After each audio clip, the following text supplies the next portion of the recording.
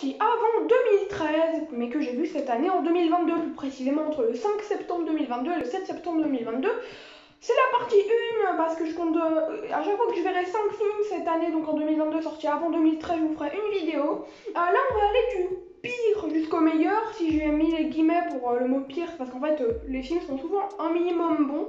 Voilà, j'ai bien aimé franchement tous les films dont on parle. Et pourquoi je fais pas 5 vidéos? Parce que je vais en voir beaucoup des séries de 5 films, ce qui fait que j'aurai peut-être pas le temps pour faire des vidéos individuelles puisque je me concentre sur les films récents à la base. Ce qui fait que tous les films récents, je vais essayer de faire des critiques individuelles, mais pour les films sortis avant 2013, ouais, là je ferai des vidéos de 5 films. Je vous propose de commencer tout de suite.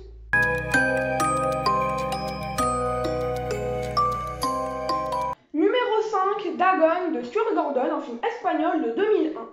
Le film démarre plutôt bien, c'est un film d'aventure assez classique, moi je le considère comme un film d'aventure. Faut savoir que je regarde pas beaucoup de films d'aventure, mais je connais à peu près les bases. C'est-à-dire que là, quand tu vois la manière dont c'est amené, bon, c'est assez classique, mais on en reparlera durant cette partie-là.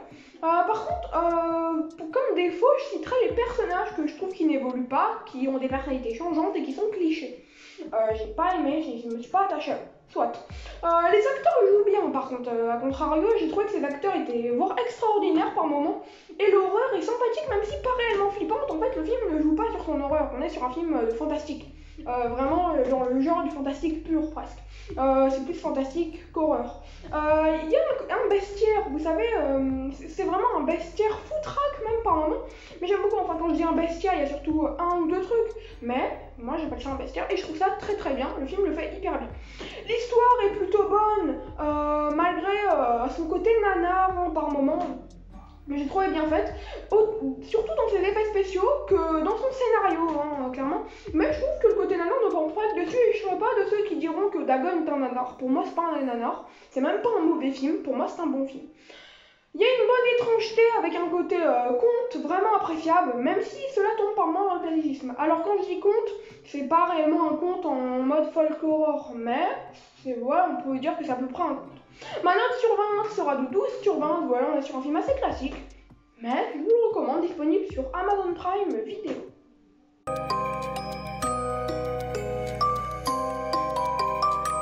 Quatrième position, Pontypool de Bruce McDonald, un film de 2008. Le long métrage a de plutôt bons personnages, ils sont pas clichés, on est attaché à eux. On ressent vraiment le côté huis clos grisâtre, mais il n'y a aucune tension pendant 45 minutes, et la tension est vraiment là qu'au bout de 50 minutes. Clairement, il y a plus le mystère qui gagne le film, mais ouais, j'ai pas trop ressenti de tension, mis à part au bout de 50 minutes. Il y a le mystère aussi qui est pas mal là, et le film est vraiment mystérieux par moments. Tu sais pas trop ce qui se passe, tu l'entends, tu le vois pas. Je trouve ça super fort. Parce qu'en fait, le film, on entend des audios, mais on ne voit presque jamais ce qui se passe. On notera des acteurs extraordinaires tels que Stephen McHattie ou encore Lisa Houle, qui à la fin ils offrent une scène très bonne, pas à la fin, mais je crois 20-25 minutes avant la fin. Justement, c'est après 50 minutes, 1 heure de film. J'ai trouvé ce moment vraiment hyper fort. Ma note sur 20 sera de 13 sur 20 pour Pontypool de Bruce McDonald.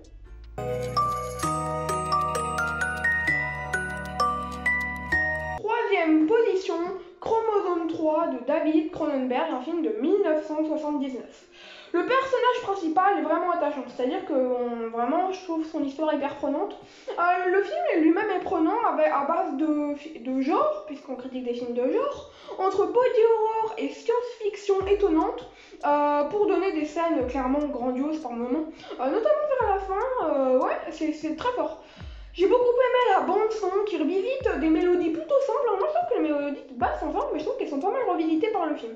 On notera aussi des acteurs exceptionnels, notamment Cindy Hims qui joue la petite fille, dont j'ai oublié les noms, mais je trouve son jeu hyper fort. Waouh! Elle est vraiment surprenante. Les personnages des grands-parents apportent vraiment quelque chose au niveau du sous-texte.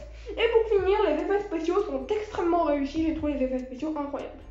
Ma note sur 20 sera de 13 sur 20, voilà, clairement je trouve ce film extraordinaire.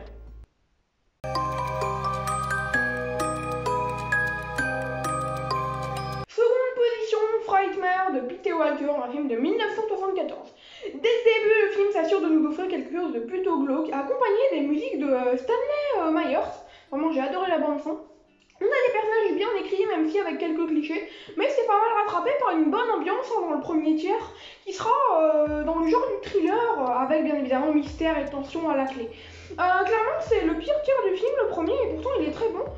J'ai préféré le second tiers qui va plus dans le thriller et dans l'horreur, et le dernier tiers plus horreur, même malgré quand même pas mal de thriller. Justement, le second tiers, lui, est plus stressant, c'est-à-dire qu'il est proche de l'horreur, et ça commence à monter le stress. Vraiment, le film modifie tout ce qu'il a créé pour rentrer dans un nouveau genre qui penchera dans la tension sur fond d'histoire de famille, assez hallucinante, hein, aussi hallucinante que cauchemardesque même, parce que ouais, Frightmare c'est une histoire de famille.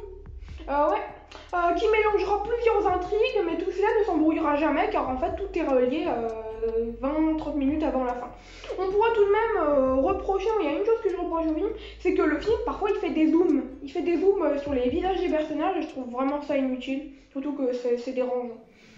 Ma note sera donc de 13.8 sur 20, assez précis, mais voilà, je trouvais que c'était une bonne note à mettre à Frightmare.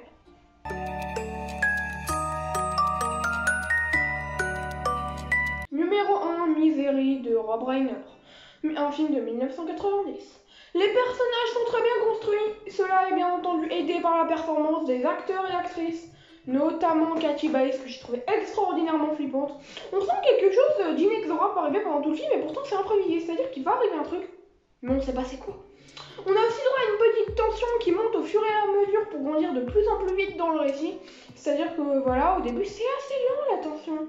Mais ça augmente, puis d'un coup ça augmente, puis ça ralentit, puis j'ai trouvé quand même le rythme super fort. On est sur un film flippant, hein, et je comprends clairement pourquoi le film est considéré comme un classique.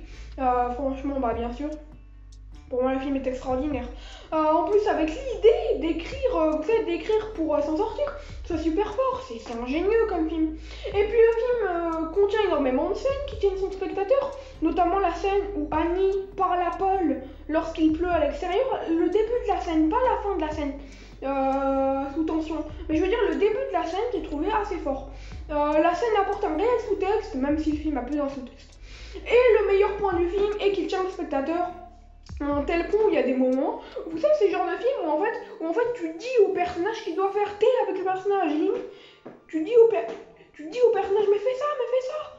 Et ouais, c'est rare ce genre de film, et je me suis impliquée dans le film, et c'est hyper fort. Ma note sur 20 sera de 16 sur 20, vous l'aurez compris, Misery de Rob Reiner, c'est un film incroyable. Et je vous propose de conclure cette vidéo sur 5 films. Clairement, pour moi, Misery c'est le meilleur film de cette sélection.